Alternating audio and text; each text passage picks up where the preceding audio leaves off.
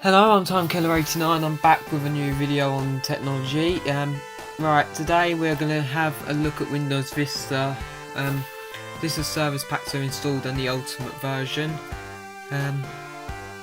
as in Ultimate Edition. Sorry, not version. Yeah, support ends in 10 days' time from today, which is April the 1st. I'm not joking. It is April the 1st, and it does end in 10 days' time. But yeah, let's just have a quick whip around of this operating system that I absolutely love, everyone else seems to hate, and yeah, I really loved it, to be honest.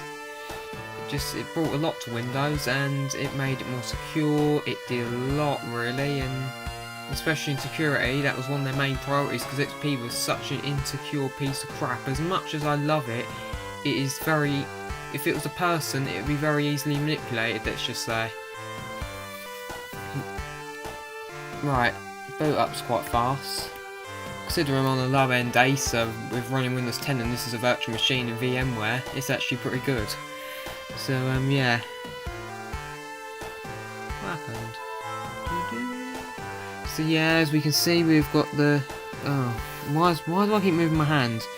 As you can see, we've got the old thing. Right, let's just log. Oh yeah, I forgot to set a password. Wow, what a stupid mistake. Still, look. So yeah, we have the new, well, it was new at the time in 2007, 10 years ago, but yeah, it was, so yeah, we've got the Aero taskbar around here, and loads of improvements. It just looks really pretty overall. It really does. It's probably Microsoft's most beautiful operating system, as in design. Yeah. Oh, I don't want to do that. Right. Let's just whip round. So we've got our program list is different to Windows XP. It is in the actual start menu instead of coming out in a drop-down box. Oh, did I just move the? Damn it! Oh. Right. So the accessories are all here. We've got some new ones like snipping tool. The connect to a network projector, Bluetooth file transfer wizard, stuff that wasn't in XP. This is all new stuff. Windows Mail replaces Outlook Express, 64-bit version of Internet Explorer that, well, nobody used because Firefox started like getting up at the time, and IE never cut it anymore after some time when Firefox 2.0 was out. This was also the last version to also have an integrated mail version, unless you count the mail app in Windows 10, and Windows Movie Maker. Yeah, it was the last one to have that, but you still can get that on 10 with unofficial mods. The games, they have remained the same in Windows 7, and as well, because Windows 7 is basically Vista with a couple of changes, as I've put it in my own words several times before to people that have not understood how good this OS actually is. Yeah. So although the experience of installing is different to Windows XP and there's no tour or anything like that, that does actually make it a little bit worse for new users, although they can easily check into the help and support centre. Oh yeah, I forgot about the new feature that is very bloody useful, and it's Windows DVD Maker. Basically lets you burn DVDs. Before you had to do it with third-party tools, and it was just not as integrated, I guess, like any non-OS default appliance.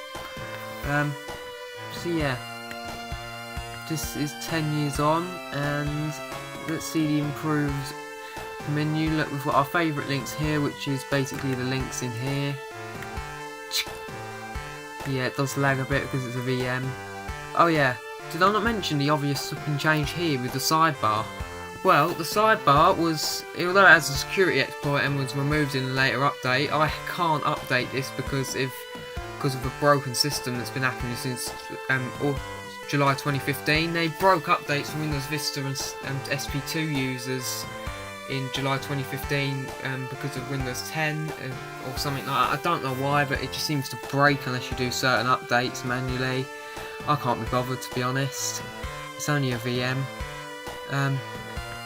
You could add little gadgets here, and it was actually quite cool. And if you had RSS feeds, you could view the latest headlines and things. It's very useful if you're on bulletin boards, things like that.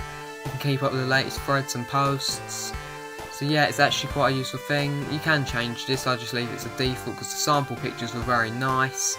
Yeah, it just seems that the whole overall thing in here was actually design and just making it look very pretty and beautiful and just easy for the user. While Luna was alright, a lot of people did moan. A lot of people did say it looked like Fisher Price, and I think they tried to change that, and it works for the better. So, yeah. There's some other cool little features here. You can actually see the bar as well. No more of that stuff that comes up. Don't know what that is.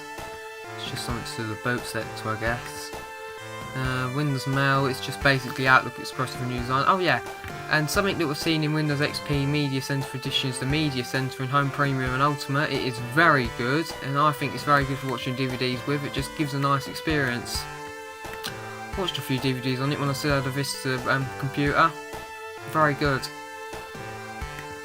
Obviously, driver support was actually improved over time. It wasn't just, oh, we'll make it incompatible. Yay! We'll have to make developers rewrite their drivers.